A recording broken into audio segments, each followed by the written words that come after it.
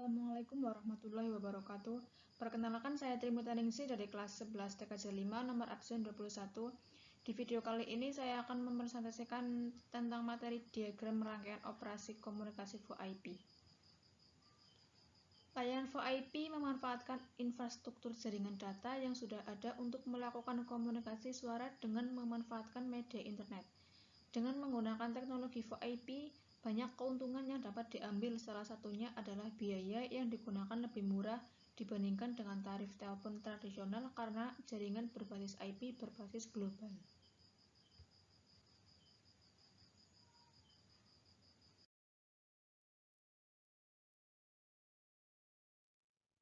Secara umum, pengertian dari VoIP yaitu teknologi yang memungkinkan percakapan suara jarak jauh melalui media internet. Data suara bisa diubah menjadi kode digital dan dialirkan melalui jaringan yang mengirimkan paket-paket data.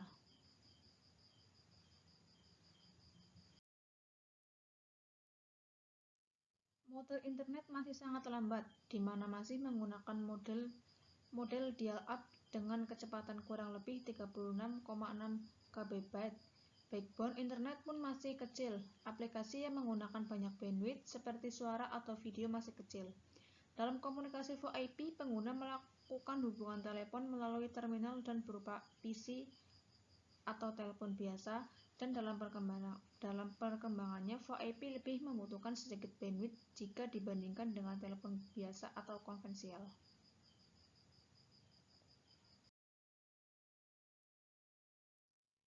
Berikut ini beberapa komponen yang terdapat di VoIP.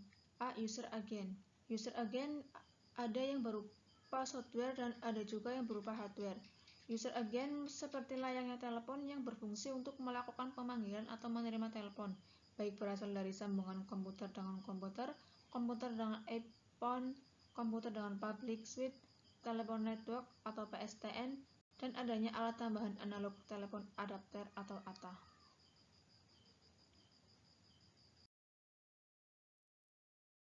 B. Proxy. Proxy memiliki pengertian yaitu software yang digunakan sebagai server yang menangani proses registrasi dan autentifikasi para user. Proxy melakukan banyak proses yang membuat panggilan dapat terlaksana di antara user dan menampilkan proses panggilan yang terlihat dalam log di server. Jenis proxy yang digunakan pada softphone 3CX adalah outbound proxy server yang berfungsi sebagai penyaring alamat proxy.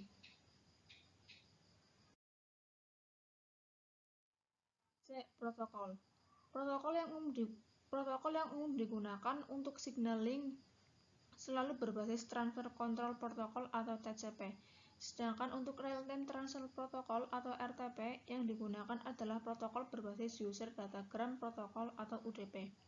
Protokol signaling yang digunakan 3CX adalah Session Intention Protocol atau SIP yang menggunakan port 5060.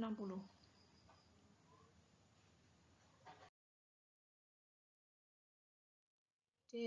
Coder-decoder. Coder-decoder digunakan untuk mengubah informasi sinyal suara analog menjadi sinyal digital yang dapat ditransmisikan melalui jaringan internet protokol atau IP dengan bandwidth tertentu dan mendapatkan informasinya kembali.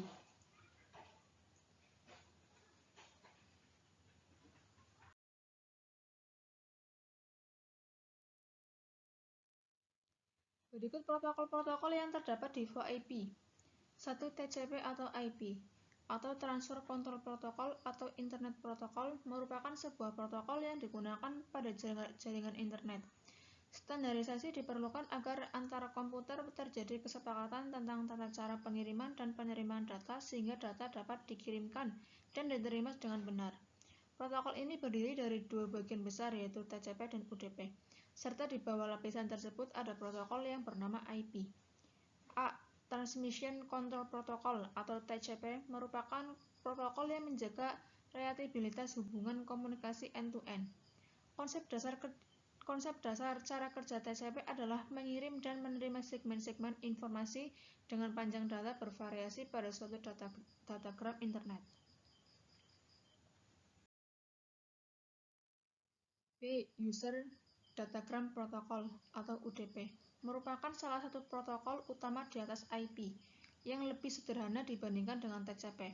UDP digunakan untuk situasi yang tidak mementingkan mekanisme reliabilitas.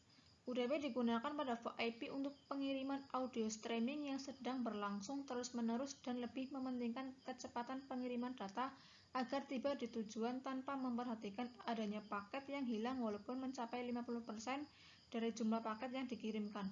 Karena UDP mampu mengirimkan data streaming dengan cepat, untuk mengurangi jumlah paket yang hilang saat pengiriman data atau karena tidak terdapat mekanisme pengiriman ulang. Maka pada teknologi VoIP pengiriman data banyak pada private network. Perbedaan TCP dan UDP sebagai berikut. A. TCP 1. Penerima akan membalas dengan tanda terima pengirim. 2. TCP menjamin kualitas pengiriman tetapi mempunyai biaya overhead yang tinggi. 3. TCP dikenali dengan Connection Oriented Protocol (TCP header yang berukuran 20 outstage). B. UDP 1. Pengirim akan menyiapkan data tanpa perlu menunggu ada balasan dari penerima.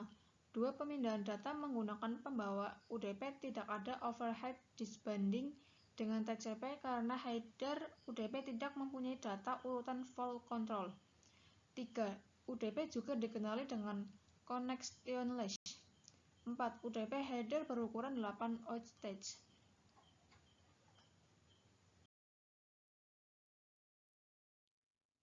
SIP atau Session Indentation Protocol, yaitu protokol yang digunakan inisiasi, modifikasi, dan terminasi sesi komunikasi VoIP. SIP adalah protokol open standar yang dipublikasikan IETF RFC 2543 dan RFC 3261. Selain digunakan untuk negosiasi sesi komunikasi voice, SIP juga dapat digunakan untuk negosiasi sesi komunikasi data media lain seperti video dan teks. Disebutkan hanya melakukan negosiasi sesi komunikasi adalah karena SIP merupakan signaling protokol, bukan media transfer protokol, yang artinya SIP tidak menghantar data media, melainkan hanya melakukan negosiasi komunikasi saja dan memanfaatkan protokol lain seperti RTP sebagai media transfer protokol.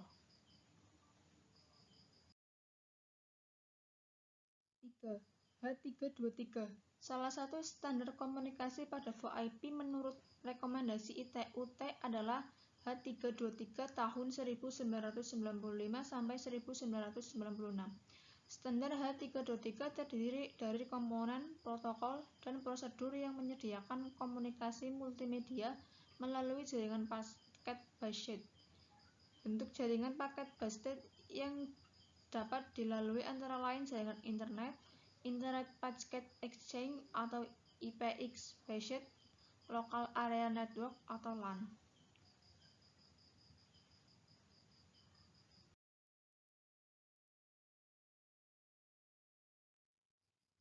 Komponen dari H323 sebagai berikut. A. Terminal digunakan untuk komunikasi multimedia real-time dua arah.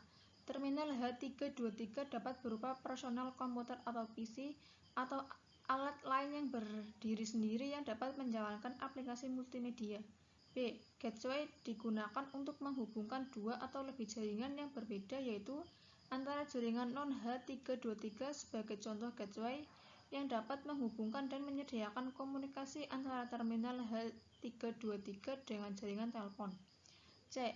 Gatekeeper merupakan komponen yang paling penting dalam sistem protokol H323. Entitas ini merupakan komponen opsional. Gatekeeper menyediakan layanan call control. D. Multipoint Control Unit atau MCU. Entitas Multipoint Control Unit MCU adalah sebuah endpoint pada local area network yang mendukung konferensi point-to-point.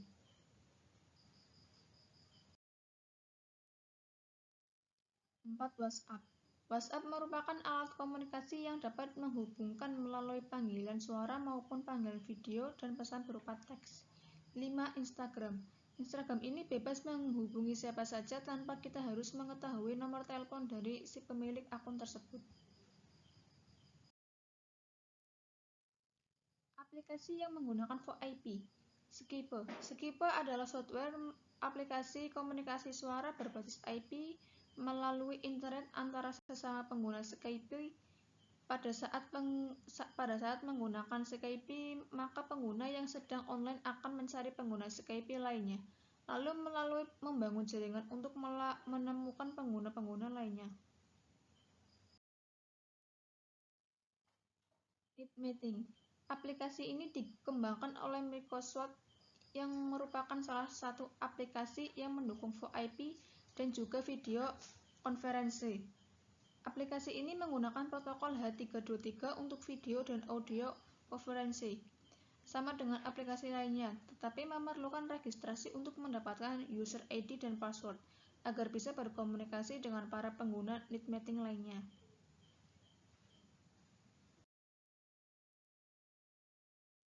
3. Xlate. Xlate adalah sebuah aplikasi open source pendukung VoIP yang menggunakan teknologi SIP. Xlate dikembangkan pertama sekali oleh Counterpart. Ada 2 rails yang telah dikeluarkan untuk aplikasi yang mempunyai perbedaan fitur. Xlate 2.0 digunakan untuk Macintosh dan Linux yang menggunakan Xpro Code Base dan Xlate 3.0 untuk Windows yang menggunakan FBAM Codebase. Xlate 2.0 hanya digunakan untuk suara saja, sedangkan Xlate 3.0 sudah memiliki fitur suara, video, dan instant messenger atau media untuk chatting.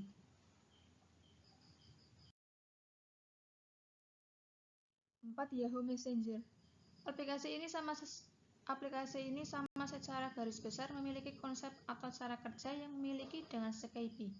Namun Yahoo Messenger kurang digemari yang dikarenakan menurut beberapa sumber yang penulis temukan kurangnya kualitas suara yang dihasilkan dibandingkan dengan Skype.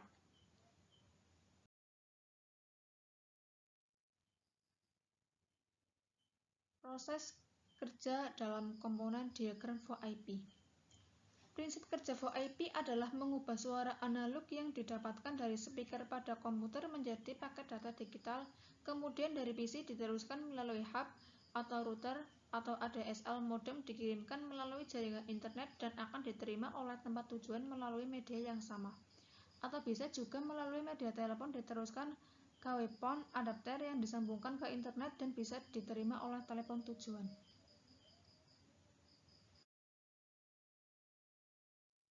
Layanan VoIP memanfaatkan infrastruktur jaringan data yang sudah ada untuk melakukan komunikasi suara dengan memanfaatkan media internet. Dalam komunikasi VoIP, pengguna melakukan komunikasi telepon melalui terminal yang berupa PC atau telepon biasa. Dengan menggunakan teknologi VoIP, banyak keuntungan yang dapat diambil. Salah satunya adalah biaya yang digunakan lebih murah jika dibandingkan dengan tarif telepon tradisional, karena jaringan berbasis IP bersifat global. Teknologi VoIP diperkenalkan setelah internet mulai berkembang pada tahun 1995. Awalnya, kemampuan mengirimkan suara melalui internet hanya merupakan eksperimen dari beberapa orang atau perusahaan kecil. Perusahaan yang pertama kali melakukan percobaan VoIP adalah Localtech yang kemudian diikuti oleh Microsoft dengan program NetMeeting.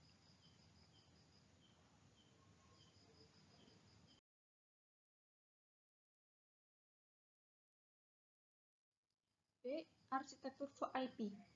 Semenjak keberhasilan transfer informasi real-time melalui jaringan IP atau VoIP dengan kualitas yang cukup memadai, mulai timbul kecenderungan transfer informasi voice secara besar-besaran melalui jaringan paket atau IP dan juga informasi-informasi lainnya atau video, messenger, dan lain-lain.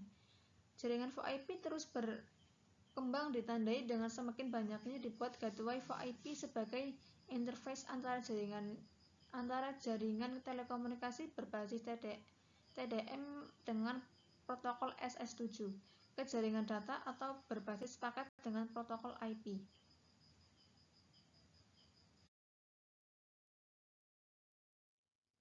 VoIP System. Dalam panggilan komputer to komputer sebagai contoh, setelah jalur media ditetapkan, sinyal analog diambil pada 8 kHz atau frekuensi lain tergantung pada codage. Paket tersebut kemudian dikodekan dalam format biner yang sesuai. Paket yang dikodekan dimasukkan ke dalam paket UDP dengan ukuran berbeda dan dikirim melalui internet. Proses sebaliknya terjadi di PC penerima. Informasi pembicara diekstrak dari paket, diproses, dan kemudian dimasukkan ke dalam buffer playout sebagai sinyal analog.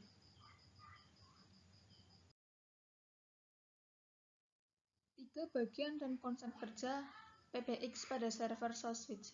PBX adalah sebuah sentral privat dengan fitur seperti sentral public yang digunakan oleh suatu lembaga atau perusahaan dalam melayani komunikasi internet perusahaan tersebut.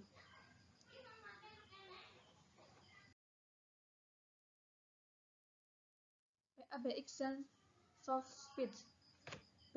Seperti dijelaskan pada subbab sebelumnya bahwa PBX adalah generasi awal pengatur dan pengelola sambungan telepon dalam sebuah jaringan internal perusahaan. Dalam PBX banyak perangkat telepon privat yang dapat saling melakukan panggilan baik secara privat, antar telepon dalam kantor, maupun antara telepon privat dan telepon publik atau PSTN. Oleh karena itu, dapat dikatakan bahwa PABX adalah varian teknologi terbaru PBX yang bekerja secara otomatis. Istilah PABX seringkali muncul ketika membangun jaringan telepon analog dalam perusahaan, kampus, atau rumah sakit. PABX akan memudahkan komunikasi beberapa bagian dalam satu perusahaan dengan menggunakan nomor ekstensi yang memiliki setiap bagian.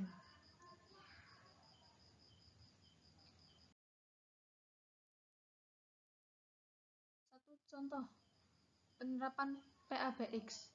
Sebagai contoh akan menerapkan PABX Panasonic KX-TDA50GA dengan KX-T7736 atau warna hitam dalam jaringan kantor dengan spesifikasi sebagai berikut. A. Mendukung sistem IP PBX hybrid. B. Dapat diekspansi hingga 80 CO dan 24 port ekstensi fisik atau 12 CO dan 20 port ekstensi fisik. C. Mendukung telepon seri 48 digital KX-T7600 dengan penggunaan D-Pitch D-Multical Wireless.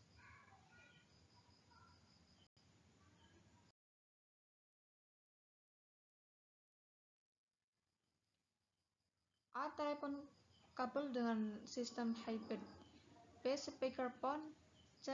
Layar LCD dengan 3 garis backlist. D. 24 tombol saluran yang dapat diprogram.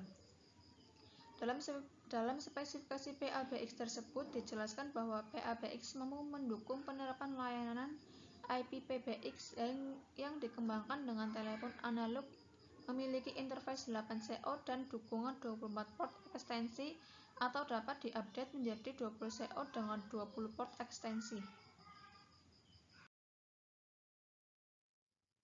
2. Perbedaan dari soft switch dan PABX sebagai berikut.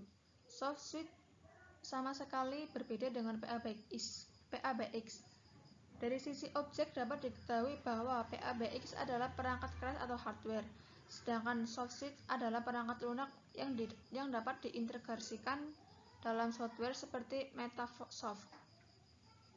Asterix adalah salah satu contoh soft switch, tetapi tidak dapat dijadikan operating system dalam PABX pada umumnya.